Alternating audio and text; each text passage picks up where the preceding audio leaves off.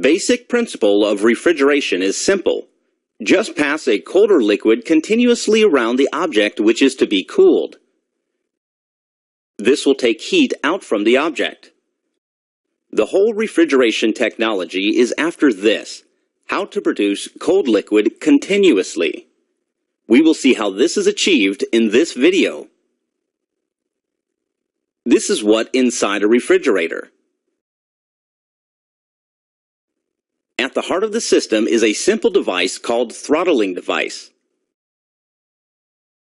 Cold liquid is produced with help of this phenomenon. In this case, throttling device is a capillary tube. For effective throttling, at inlet, refrigerant should be high-pressure liquid. Throttling device is an obstruction to the flow, which causes tremendous pressure drop. Due to drop in pressure, boiling point of refrigerant comes down, and it starts evaporating.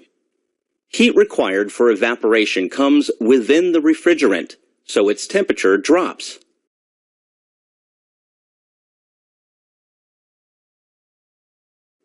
If you check temperature across throttling device, you can notice this drop.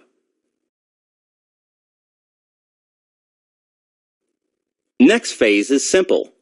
Just pass this cold liquid over the body where you have to absorb heat.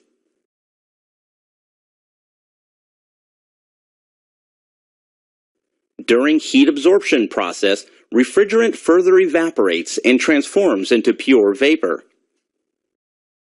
So we have produced the required refrigeration effect. If we can take this low-pressure vapor refrigerant to state before throttling process, that is high-pressure liquid state, we will be able to repeat this process. So first step, let's raise the pressure. A compressor is introduced for this purpose. Compressor will raise the pressure back to its initial value.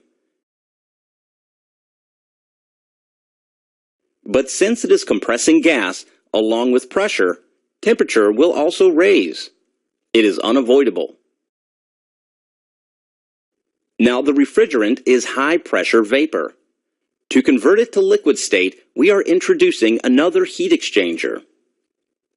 This heat exchanger is fitted outside refrigerator, so it will liberate heat to the surroundings.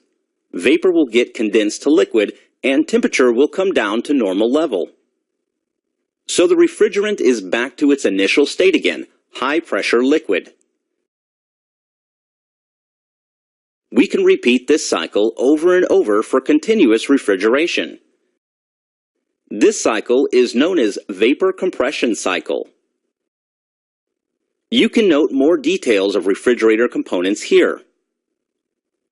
To enhance heat transfer, both evaporator and condenser are having fins attached to it.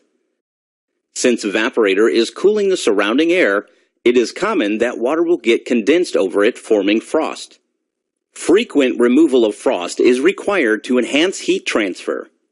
Apart from raising pressure, compressor also helps maintain flow in the refrigerant circuit. Usually, hermetically sealed reciprocating type with proper sealing is used for this purpose. Since it is compressing gas, huge amount of input power is required for this operation. A simple energy balance of the system yields this relation. Performance of a refrigeration system can be defined as follows.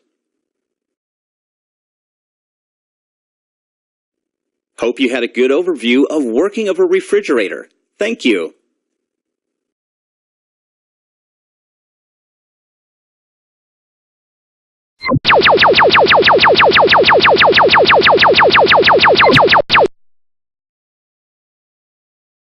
Air conditioners are heat exchangers. They take warm air from a room, blow it over cooling coils to remove the heat, and then return it to the room.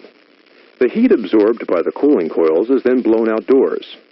The transfer agent in this exchange is called a refrigerant, which moves between a gas state to a liquid state as it flows through the air conditioner. When a liquid becomes a gas, it absorbs heat, and when a gas is compressed into a liquid, it releases heat. Warm room air is drawn through a dust filter by a fan, then blown over the cooling coils, which circulate the refrigerant in its liquid state. As the room air flows by the coils, it causes the liquid in the coils to evaporate, and in the process, heat is absorbed by the refrigerant as it turns to gas. The cooled air is blown back into the room. The refrigerant gas is then compressed, increasing its temperature. To return to a liquid state, the refrigerant must give up its heat. The heat transfer is accomplished by having outdoor air blown through the condenser coils containing the compressed gas, thus cooling the gas and transforming it back to a liquid, which is then returned to the cooling coils.